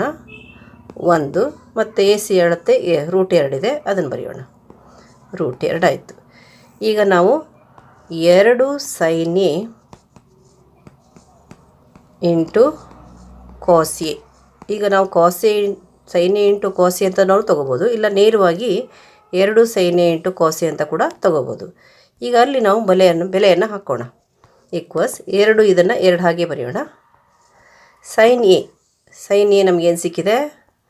1/√2 ಸಿಕ್ಕಿದೆ. 1/√2 ಅದನ್ನು ಹಾಕೋಣ. ಕಾಸ್ ಎ ಕೂಡ ಅದೇ ಸಿಕ್ಕಿದೆ. ಎರಡನ್ನೂ ಕೂಡ ಏನು ಬರೆಯೋಣ? 1/√2 ಇಂಟು 1/√2 ಅಂತ ಬರೆಯೋಣ. ಈಕ್ವಲ್ಸ್ ಏನಾಯ್ತು ಇಲ್ಲಿ? 2 ಹಾಗೆ ಬರೆಯೋಣ. 1/√2 ಇಂಟು 1/√2 ಏನಾಗುತ್ತೆ? 1/2 ಆಗುತ್ತೆ. ಏನಾಯಿತು? 1/2 ಆಯಿತು. √2 ಇಂಟು √2 ಅಂದರೆ 2, ಕೆಳಭಾಗದಲ್ಲಿ 2 ಆಗುತ್ತೆ, ಛೇದದಲ್ಲಿ 2 ಆಗುತ್ತೆ. ಮತ್ತು 1 ಇಂಟು 1 1, ಅಂಶದಲ್ಲಿ 1 ಆಗುತ್ತೆ. ಅಂಶವನ್ನು ಗುಣಿಸಿದರೆ 1 ಬಂತು, ಛೇದವನ್ನು ಗುಣಿಸಿದರೆ 2 ಬಂತು. ಇಲ್ಲಿ 2 ಕ್ಯಾನ್ಸಲ್ ಆಗುತ್ತೆ. ಈಕ್ವಲ್ಸ್ ಏನು ಬಂತು? 1 ಬಂತು. ಅಂದರೆ ನಮಗೇನು ಸಿಕ್ತು? 2 into sin A into cos A equals 1 ಸಿಕ್ತು. ಅದು ಬರೆಯೋಣ. ಆದ್ದರಿಂದ ಇನ್ನು 2 into sin A into cos A equals ಎಷ್ಟು? 1. ಹೀಗೆ ನಾವು 2A into sin A into cos A equals to 1 ಅಂತ ಪ್ರೂವ್ ಮಾಡಿದ್ವಿ. ಈಗ 23ನೇ ಪ್ರಶ್ನೆ. ಒಂದು ಪೆಟ್ಟಿಗೆಯಲ್ಲಿ 1ರಿಂದ 20ರವರೆಗಿನ ಸಂಖ್ಯೆಗಳನ್ನು ನಮೂದಿಸಿರುವ ಒಟ್ಟು 20 ಬಿಲ್ಲೆಗಳಿವೆ. ಪೆಟ್ಟಿಗೆಯಿಂದ ಒಂದು ಬಿಲ್ಲೆಯನ್ನು ಯಾದೃಚ್ಛಿಕವಾಗಿ ತೆಗೆದಾಗ ಅದು ಪೂರ್ಣ ವರ್ಗವಾಗುವ ಸಂಭವನೀಯತೆ ಕಂಡುಹಿಡಿಯಿರಿ. ಇಲ್ಲಿ ಇರುವಂತಹ ಸಂಖ್ಯೆಗಳೆಷ್ಟು? 1ರಿಂದ 20. ನಾವು ಯಾವುದರ ಸಂಭವನೀಯತೆಯನ್ನು ಕಂಡುಹಿಡಬೇಕು? ಪೂರ್ಣ ವರ್ಗ ಸಂಖ್ಯೆಯ ಸಂಭವನೀಯತೆಯನ್ನು ಕಂಡುಹಿಡಬೇಕು. ಅದಕ್ಕೆ ನಮಗೇನು ಗೊತ್ತಿರಬೇಕು ಅಂದರೆ 1ರಿಂದ 20ರವರೆಗಿನ ಪೂರ್ಣ ವರ್ಗ ಸಂಖ್ಯೆಗಳು ಯಾವುವು ಅಂತ. ಅಂದರೆ ಒಟ್ಟು ಎಷ್ಟು ಸಂಖ್ಯೆಗಳಿದ್ದಾವೆ ಇಲ್ಲಿ? ಒಟ್ಟು ಸಂಖ್ಯೆಗಳು 20 ಇದ್ದಾವೆ. ನೀವು ನೇರವಾಗಿ n ಆಫ್ s ಈಕ್ವಲ್ಸ್ ಏನು ಬರಿಬೋದು? 20 ಬರಿಬೋದು. n ಆಫ್ s ಈಕ್ವಲ್ಸ್ ಏನು? 20. n of s equals 20. ಇಲ್ಲಿ ಪೂರ್ಣ ವರ್ಗವಾಗಿರುವ ಸಂಖ್ಯೆಗಳು, ಪೂರ್ಣ ವರ್ಗ ಸಂಖ್ಯೆಗಳು ಯಾವುದಿದ್ದಾವೆ? 1ರಿಂದ 20ರವರೆಗಿನ ಪೂರ್ಣ ವರ್ಗ ಸಂಖ್ಯೆಗಳು. ಪೂರ್ಣ ವರ್ಗ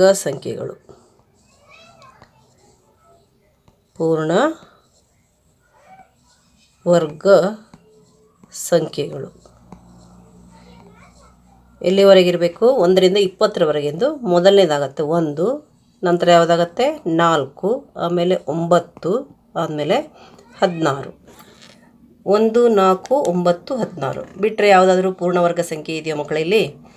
1 1ರ ವರ್ಗ, 4 2ರ ವರ್ಗ, 9 3ರ ವರ್ಗ ಮತ್ತು 16 4ರ ವರ್ಗ. ಇನ್ನು 5ರ ವರ್ಗ ತೊಗೊಂಡೋದ್ರೆ 25 ಆಗಿಬಿಡುತ್ತೆ. ಅದು 20ಕ್ಕಿಂತ ಜಾಸ್ತಿ ಆಗುತ್ತೆ. ಅದಕ್ಕೆ ನಮಗೆ 1ರಿಂದ 20ರವರೆಗೆ ಅಂತಂದರೆ 4 ಸಿಗುತ್ತೆ. ಅಂದರೆ n ಆಫ್ ಎ ಎಷ್ಟು ಬರೆಯೋಣ? n of A is equals to 4. ಈಗ ಪಿ ಆಫ್ ಎ ಅಂದರೆ ಏನಾಗುತ್ತೆ? P of A is equals to n of A by n of S is equals to ಎಷ್ಟು? 4/20 ಆಗುತ್ತೆ. 4 1 4 5 ಎಷ್ಟು ಬರುತ್ತೆ ಇಲ್ಲಿ? 1/5. 1/5. ಹಾಗಾದರೆ ಪೂರ್ಣವರ್ಗ ಸಂಖ್ಯೆಯನ್ನು ತೆಗೆಯುವಂತಹ ಸಂಭವನೀಯತೆ, ಬಿಲ್ಲೆಯನ್ನು ಯಾದೃಚ್ಛಿಕವಾಗಿ ತೆಗೆದಾಗ ಪೂರ್ಣ ವರ್ಗವಾಗಿರುವ ಸಂಖ್ಯೆಯನ್ನು ತೆಗೆಯುವ ಸಂಭವನೀಯತೆ ಎಷ್ಟು? 1/5. 24ನೇ ಪ್ರಶ್ನೆ. ಚಿತ್ರದಲ್ಲಿ A B is equals to A C ಆದರೆ B Q equals Q C ಎಂದು ಸಾಧಿಸಿ. ಅವ್ರು ಕೊಟ್ಟಿರೋದೇನು? A B is equals to A C. ನಾವು ಸಾಧಿಸಬೇಕಾಗಿದ್ದು ಯಾವುದು? B Q equals Q C. B Q equals Q C ಅಂತ ನಾವು ಸಾಧಿಸಬೇಕು. ಇಲ್ಲಿ ನಾವು ಯಾವ ಒಂದು ಕಾನ್ಸೆಪ್ಟನ್ನು, ಪರಿಕಲ್ಪನೆಯನ್ನು ಉಪಯೋಗಿಸ್ಬೇಕಂತಂದರೆ, ಇಲ್ಲಿ 3 ಹೊರಬಿಂದುಗಳಿದ್ದಾವೆ, ಎ ಬಿ ಮತ್ತು ಸಿಗಳು. ಅವುಗಳಿಂದ ಎಳೆದಂತಹ ಸ್ಪರ್ಶಕಗಳು ಇಲ್ಲಿ ಸಮ ಅನ್ನೋದು ನಮಗೆ ಗೊತ್ತಿದೆ. ಇಲ್ಲಿ A P is equals to A R, ಹಾಗೆ B P is equals to B Q ಮತ್ತು C Q is equals to C R. ಇದು ನಮಗೆ ಗೊತ್ತಿದೆ. ಹೊರಬಿಂದುವಿನಿಂದ ಎಳೆದಂತಹ ಸ್ಪರ್ಶಕಗಳು ಸಮ ಅಂತ ನಮಗೆ ಗೊತ್ತಿದೆ. ಅದನ್ನು ಮೊದಲು ನಾವು ಬರ್ಕೊಳ್ಳೋಣ.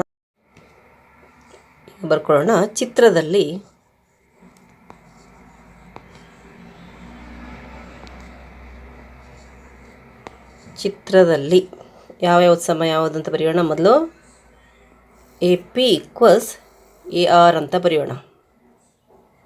ಮೊದಲು A P equals A R, A P equals A R. ಹಾಗೆ ಇಲ್ಲಿ B P equals B Q,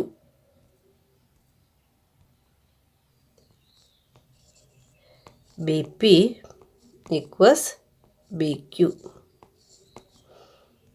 ಹಾಗೆ C Q equals C R, C Q equals C R, C Q equals C R. ಇವಕ್ಕೆಲ್ಲ ಕಾರಣ ಏನು? ಹೊರಬಿಂದುವಿನಿಂದ ಎಳೆದ ಸ್ಪರ್ಶಕಗಳು.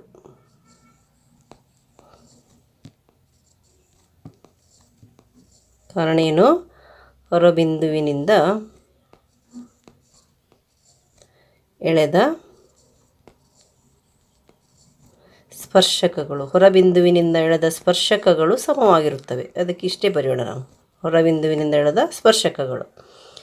ಈಗ ಅವರು ಕೊಟ್ಟಿರೋದನ್ನು ಬರೆಯೋಣ. ಏನಂತ ಕೊಟ್ಟಿದ್ದಾರೆ? A B is equals to A C ಅಂತ ಕೊಟ್ಟಿದ್ದಾರೆ. ಕೊಟ್ಟಿರೋದೇನು? A B is equals to A C. ಅದನ್ನು ಬರೆಯೋಣ.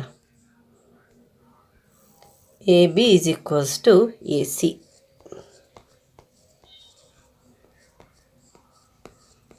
A B is equals to A C ಕೊಟ್ಟಿದೆ. ಅದಕ್ಕೆ ನಾವೇನು ಮಾಡೋಣ? ಎ ಬಿ ಜಾಗದಲ್ಲಿ, ಎ ಬಿ ಅಂದರೆ ನಮಗೆ ಕಾಣಿಸ್ತಾ ಇದೆ, ಇದು ಎ ಬಿ. ಎ ಬಿ ಇದು ಎರಡರ ಮೊತ್ತ. ಯಾವುದರ ಮೊತ್ತ? ಎ ಪಿ ಮತ್ತು ಬಿ ಪಿ. ಯಾವುದರ ಮೊತ್ತ? ಎ ಪಿ ಮತ್ತು ಬಿ ಪಿಗಳ ಮೊತ್ತ. ಅದನ್ನು ಬರೆಯೋಣ. ಎ ಬಿ ಅಂದ್ರೇನು? A P plus B P, A P plus B P equals. ಇಲ್ಲಿ ಎ ಸಿ ನೋಡಿ, ಎ ಸಿ ಎ ಆರ್ ಮತ್ತು ಆರ್ ಸಿಗಳ ಮೊತ್ತ. ಎ ಆರ್ ಮತ್ತು ಆರ್ ಸಿಗಳ ಮೊತ್ತ. ಅದಕ್ಕೆ ಎ ಸಿ ಜಾಗದಲ್ಲಿ ಏನು ಬರೆಯೋಣ? A R plus R C ಅಂತ ಬರೆಯೋಣ.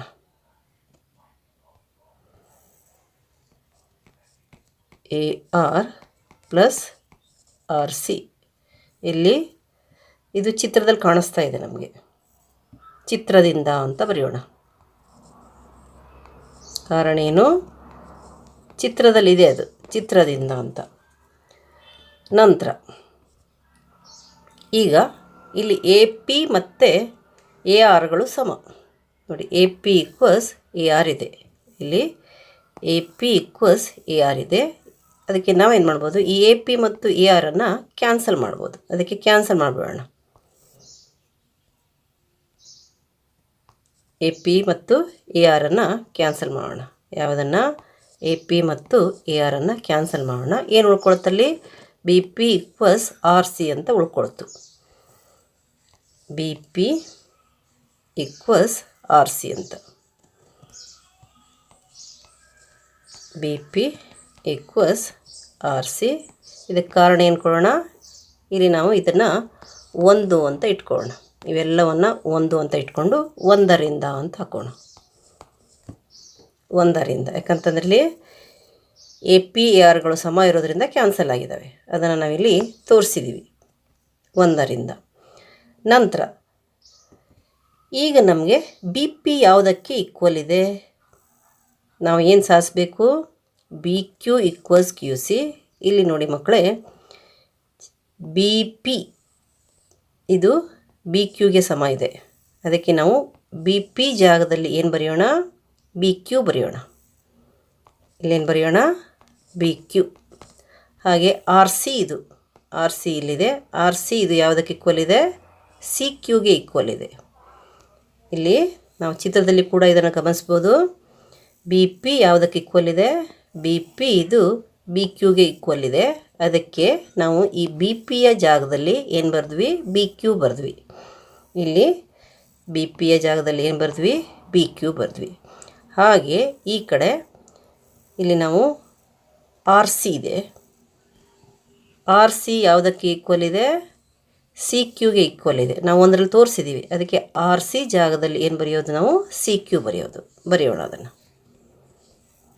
ಸಿ ಕ್ಯೂ ಇದು ಕೂಡ ಕಾರಣ ಅಷ್ಟೇ, ಒಂದರಿಂದ ನಾವೆಲ್ಲ ಒಂದರಲ್ಲಿ ತೋರಿಸ್ಬಿಟ್ಟಿದ್ವಿ ಯಾವುದು ಈಕ್ವಲ್ ಯಾವುದಿದೆ ಅಂತ. ಈಗ ನಮಗೆ ಬೇಕಾಗಿದ್ದು ಸಿಕ್ತು. ನಮಗೆ ಏನು ಸಾಧಿಸ್ಲಿಕ್ಕೆ ಹೇಳಿದರು? B Q equals Q C. ನಮಗೆ B Q equals Q C ಇಲ್ಲಿ ಸಿಕ್ತು.